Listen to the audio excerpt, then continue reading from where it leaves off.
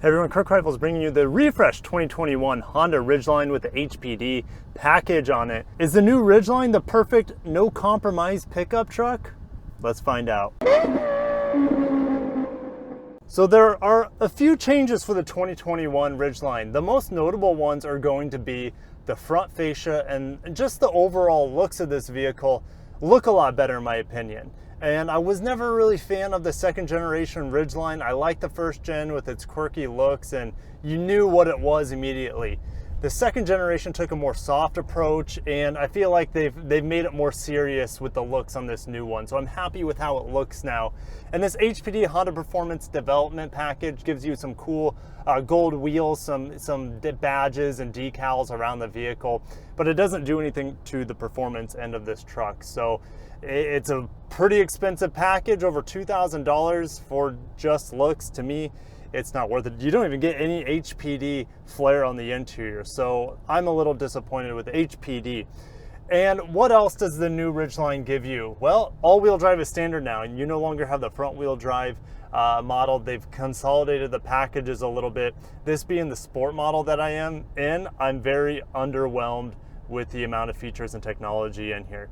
I don't have blind spot monitor. I spent the first 30 minutes of my experience in this car playing with Android Auto, and it just doesn't work. I've given up on it. Maybe it's just my phone, but I've never had any issues connecting to Android Auto in any other car maker, even Acura. I've never had any issues within Honda's own lineup. And when I was in the most recent Honda, I think it was the Honda Accord Hybrid, no issues connecting to Android Auto. Maybe it's this thing looks like it's from 1995. That's this touchscreen. I think it only displays black and red, but it is very underwhelming and really not up to the speed of many other products, or I should say most other products on the market right now. It's based off the Pilot and the Passport and a little bit of the Odyssey in some ways with this V6 and the platforms that it shares. It does not feel like a pickup truck. It feels more like an SUV, and if you're planning to drive this mostly in town, I think you're going to enjoy it. Don't expect it to handle great or anything like that, because you feel the weight of this vehicle around the turns, but in terms of just the road composure and the quietness at, I would say, speeds under 55 miles an hour, this thing is very smooth, very luxurious in how it drives. I'm not kidding. But what's not luxurious is this interior. I've already talked about the lack of the features, but the interior, this cloth, I know you can get higher leather tiers and things like that, but this cloth interior is very bargain basement. The trim in here is just plastic, and it doesn't look very good. Even though it's soft touch, there's nothing that feels premium in this vehicle, and it's really tough as a $40,000 vehicle to sit inside here and be okay with that. Now the V6, I'm never going to be disappointed with. Put it down. It has plenty of power for this pickup truck, and I really enjoy the V6, the smoothness of it. And if you remember my Honda Odyssey review, I really like that van. Now that has the 10-speed auto, which is better than this 9-speed. I wish this had the 10-speed auto in it that we see in a lot of Acura products as well now. So that is a little bit unfortunate. But the V6 in general, this guy is sprinting. Get after it, bro. Heck yeah. Heck yeah. He's probably like mid-50s. I want to be like that guy, sprinting. No shame. Getting your testosterone boosted the natural way through sprinting. I used to be a personal trainer, so you guys might know that. But anyways, V6 is great. Transmission's okay. I heard it clunk earlier when it was decelerating. I'm like, what is going on? I'm not used to hearing that in a newer car. Stop sign ahead. Let's test the Honda brakes out. And I'm gonna get into it now.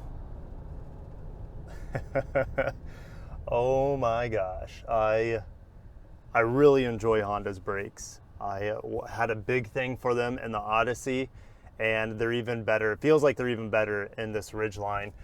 So nice work, Honda. That's one of my favorite things. Probably the best thing about the driving mechanics of this vehicle is just the brake feel, and the linearity is just so good. You guys know I really enjoy a good brake feel. Back to the interior. In the back seat, you can fold the seats up and you can fit some huge objects in there. I'm gonna go to the nursery after this and pick up some plants for the backyard. That's one of the pros of having a nice pickup truck, to be able to do those things. So I like how they fold up. But in the back seat, you have vents back there. I'm happy about that. You have pointless cubbies in the middle. You have cup holders in the armrest. But in terms of connectivity, you have to run a cable from inside here. There's only 2 USB cables in here. There's 2 12 volts, so if you wanted to plug in your own adapters, you can do that.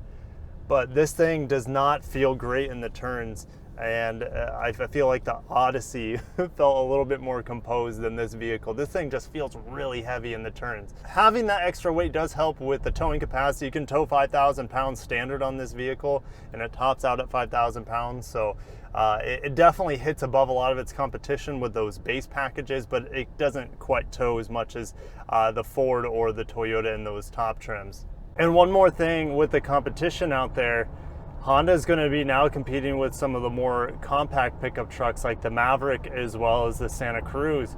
And the Santa Cruz, when you get that turbo 4-cylinder, can tow as much as this. It's going to have a more accommodating interior at a lower price point. So I think Honda's going to have a battle on its hands when it comes to the smaller pickup trucks in the segment, as well as trying to fight the larger, or let's say the body on frame pickup trucks in the segment, like the Tacoma, like the Rangers out there. I wouldn't be surprised if Honda, that just smacked them in the face, because now that there are other SUV based trucks out there on the market now. And as I'm driving over this gorgeous bridge here, my hand on the steering wheel, it's the same material as like the doors, which I don't like that material. So this big steering wheel is this very cheap plasticky feeling. Definitely go for a higher package with a leather steering wheel if you can. So I just, my hands are not, they don't feel happy. This does not feel like a $40,000 steering wheel. In fact, the last steering wheel that felt like this was a mid $20-some thousand a Corolla hybrid, which is okay in that price tier, but not as a $40,000 vehicle. This steering wheel, I'm not happy with it. Let's see if we can keep up with the LC convertible here, as well as the Porsche Panamera. Let's see if the old Ridgeline can leave him in the dust. This Porsche is holding me back though. Take the wide lane or the middle lane here. Let's go 280 horsepower.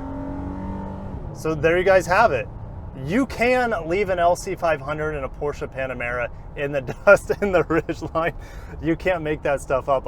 That's why I love living where I'm living. The vehicles here are just out of this world. Now I can give you some highway driving impressions. I'm going about 55 miles an hour. It's smooth, it's comfortable, it's pretty relaxing. Some downsides, like I said, no blind spot monitor, and I feel like I do hear a good amount of wind coming from the mirrors, but other than that, this vehicle is pretty quiet at speeds, and I'm getting at about 55 miles an hour. It says I'm getting about 30 plus miles per gallon. So this thing is going to be pretty darn fuel efficient as well for a pickup truck like this, especially on the highway. You gotta take a U-turn to get to the nursery. So let's test out this HPD Sport Ridgeline here. I don't trust that CRV though. Here we go. All right, here we go. Let's do it anyways. Handled it pretty well. Like I said, this thing does feel quite heavy in the turns. But let's get into the nursery. Maybe should we, oh, we can't park next to the Panamera, darn. Ooh, didn't handle that uneven pavement there very well. But let's get into the nursery and put some stuff in the back of the bed. That's what this vehicle's all about, is practicality. Can you do anything you want with it whenever you want? Can you take it off-road? Can you go pick up some big things and throw it in the vehicle? Let's find out.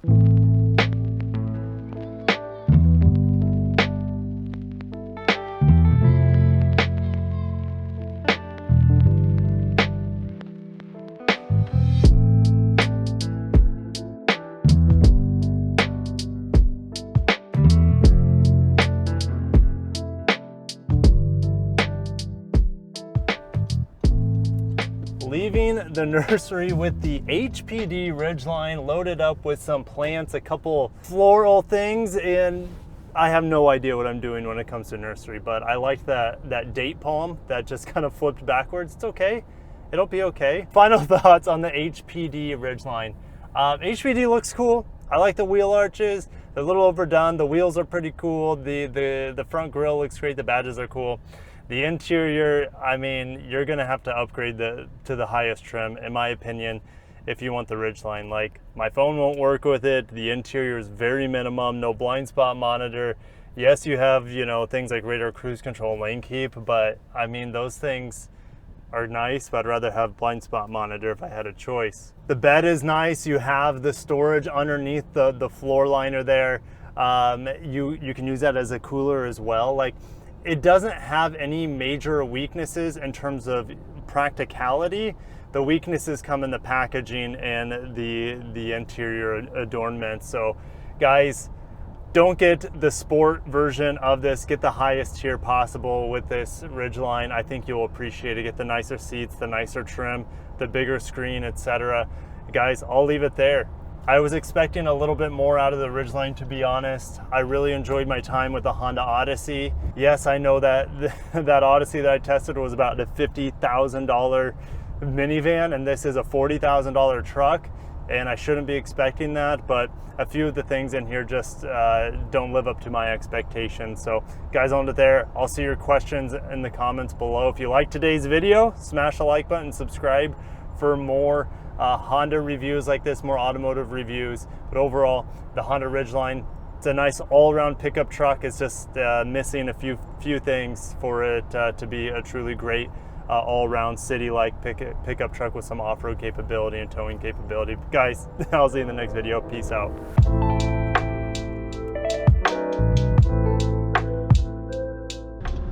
I like the Rangers. What was that? Oh my gosh. My palm just fell over.